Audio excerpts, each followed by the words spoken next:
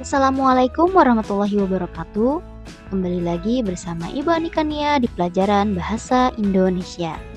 Hari ini kita akan belajar tentang mengulas karya fiksi. Selamat menyaksikan.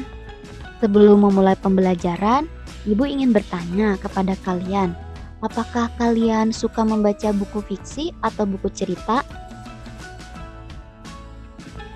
Kira-kira buku cerita apa saja yang sudah kalian baca?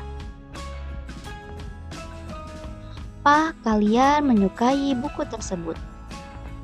Karena pembelajaran hari ini berhubungan dengan buku cerita. Langsung saja kita membahas ke bagian yang pertama, yaitu pengertian mengulas karya fiksi. Ulasan adalah penilaian terhadap karya seperti buku, film, atau pertunjukan yang memberikan pandangan objektif dan subjektif tentang kualitas, tema, dan dampaknya. Ulasan membantu pembaca memahami isi dan nilai karya serta memutuskan kelayakannya. Biasanya, ulasan mencakup ringkasan, analisis, dan pendapat penulis. Jadi, yang dimaksud dengan ulasan adalah sebuah penilaian. Kemudian, karya fiksi atau sastra adalah karya hasil perpaduan antara perasaan dan pikiran. Ini menurut Suharyanto tahun 2005. Sedangkan menurut Walek dan Warren tahun 2009 mendefinisikan karya fiksi sebagai cerita atau latar yang bersumber dari imajinasi. Jadi karya fiksi ini adalah hasil dari imajinasi atau pikiran. Dapat disimpulkan bahwa mengulas karya fiksi adalah kegiatan menilai atau memberikan pandangan terhadap sebuah cerita, sehingga cerita tersebut apakah layak untuk dibaca. Bagaimana? Apakah kalian sudah memahaminya? Apa yang dimaksud dengan mengulas karya fiksi? Jadi kegiatan hari ini adalah kalian harus bisa mengulas karya fiksi. Tentunya kalian sudah membaca buku yang kalian suka. Saat membaca sebuah cerita, kalian mungkin akan menyukai beberapa hal dalam cerita itu. Kalian mungkin suka tokohnya, latar ceritanya, atau jalan cerita. Hal-hal yang kalian sukai itu disebut unsur cerita. Unsur-unsur inilah yang membentuk karya tersebut. Cara penulis menuliskan unsur-unsur tersebut menjadi penentu bagus tidaknya sebuah cerita. Dalam karya fiksi terdapat kurang lebih 5 unsur. Pertama tema, 2 tokoh, 3 latar, 4 alur, 5 amanat. Ketika ingin mengulas sebuah cerita, kalian bisa membuat pertanyaan dari 5 unsur tersebut. Seperti, apa tema ceritanya? Siapakah nama tokohnya? Di mana latar ceritanya? Bagaimana jalan ceritanya? Terakhir, apa amanat cerita? Hasil dari jawaban tersebut bisa dijadikan awal untuk mengulas cerita. Bisa cerita dari novel atau cerpen yang kalian sukai. Unsur karya fiksi yang bisa diulas, pertama tema cerita. Tema cerita adalah unsur pokok dalam cerita. Menurut Kamus Besar Bahasa Indonesia, tema adalah pokok pikiran atau dasar cerita yang dipercakapkan atau dipakai sebagai dasar mengarang. Contohnya tema cerita pada cerita pendek Kotak Sulap Pamantom adalah temanya kekecewaan Randu terhadap Pamantom. Kalian dapat melihat dan menemukan tema suatu cerita dengan menerapkan langkah-langkah sebagai berikut. Pertama, membaca keseluruhan cerita. Jika sudah dibaca, cermati paragraf pertama sampai terakhir. Jadi tema cerita adalah pokok pikiran atau dasar cerita. Dasar cerita ini bercerita tentang apa? Apakah tentang persahabatan, keluarga, atau perjuangan? Selanjutnya, tokoh cerita. Tokoh adalah pelaku atau pemeran yang ada di cerita. Tokoh cerita dibedakan menjadi dua, yaitu tokoh utama dan tokoh pendukung.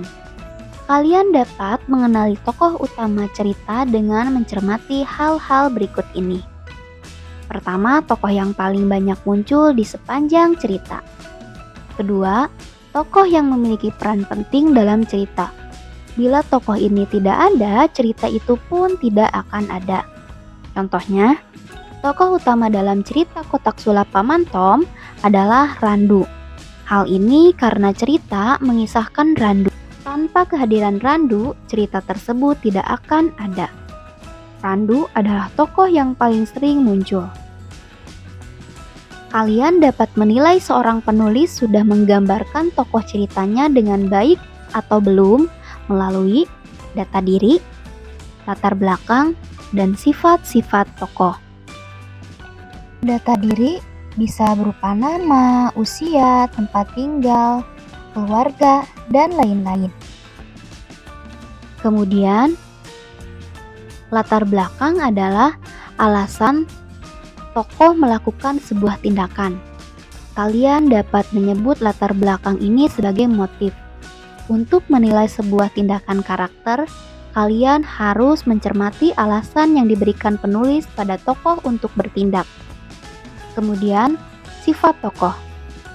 Sifat tokoh tercermin melalui kata-kata dan tindakannya.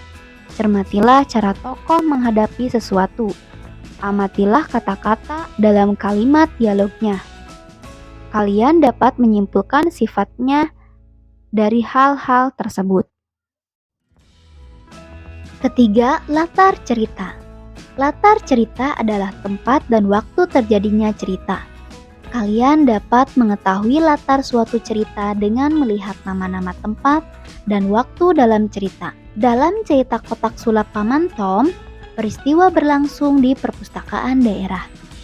Saat membaca cerita fiksi, penting untuk memperhatikan kejelasan latar yang disampaikan.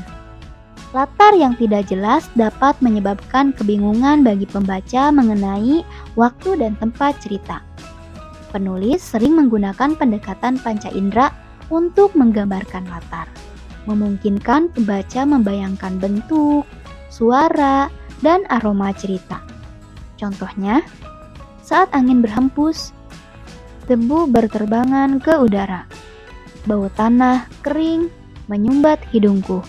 Jadi latar cerita adalah waktu dan tempat, bisa juga suasana. Keempat, alur.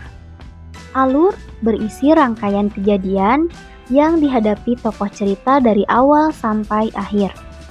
Menurut Kamus Besar Bahasa Indonesia, alur adalah rangkaian peristiwa yang direka atau dijalin dengan saksama dengan menggerakkan jalan cerita melalui kerumitan ke arah klimaks dan penyelesaian. Alur dapat dikenali dengan melihat bagian perkenalan, konflik, dan penyelesaian cerita.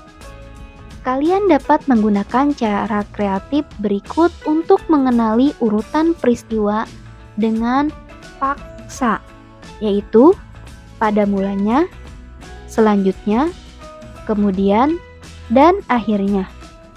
Ketika menilai sebuah karya, perhatikanlah jenis alur yang dipakai. Perhatikan pula rangkaian peristiwanya. Apakah rangkaian peristiwa yang dirancang penulis menunjukkan adanya perubahan pada tokoh cerita? Dengan melihat alur, kita juga bisa menilai ceritanya apakah membuat penasaran, susah ditebak, atau biasa saja sehingga tidak menarik. Selanjutnya, terdapat 3 macam alur cerita. Pertama, alur maju adalah alur yang diawali cerita kejadian masa kini dengan konflik datar. Pada bagian tengah, konflik makin menanjak, dan di akhir klimaks serta penyelesaian pada akhir cerita. Kedua, alur mundur adalah alur yang dibuka dengan penceritaan kejadian masa lampau di awal cerita dan diselesaikan dengan konflik pada masa kini. Terakhir, alur campuran atau maju mundur adalah alur yang mencampurkan kisah kejadian masa kini dan masa lalu secara bergantian.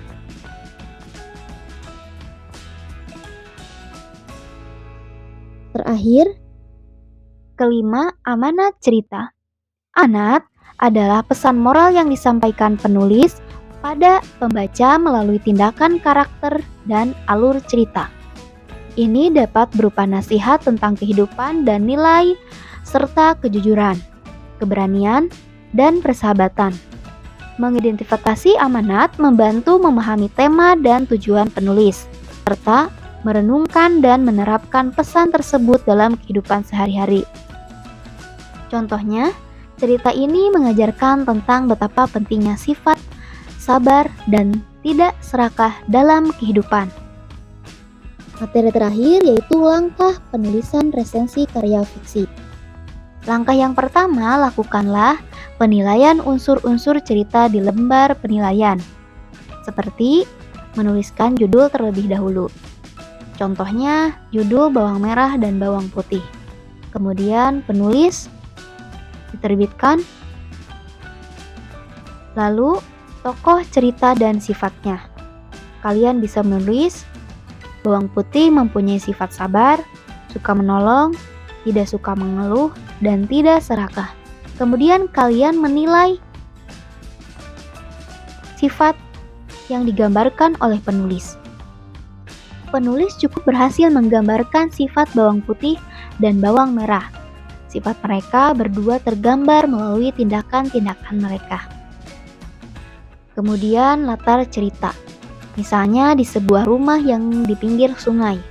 Latar tempat dijelaskan dengan cukup baik. Nah, ini adalah contohnya. Kemudian yang kedua, masukkan informasi di lembar penilaian tadi ke dalam artikel atau ditulis ke dalam sebuah paragraf. Ini adalah contoh ulasan cerita bawang merah dan bawang putih. Bawang merah dan bawang putih merupakan salah satu cerita rakyat Indonesia yang sangat populer.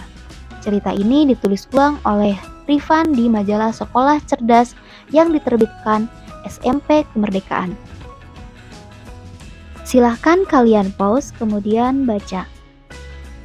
Demikian pembelajaran hari ini. Sampai jumpa di pertemuan berikutnya.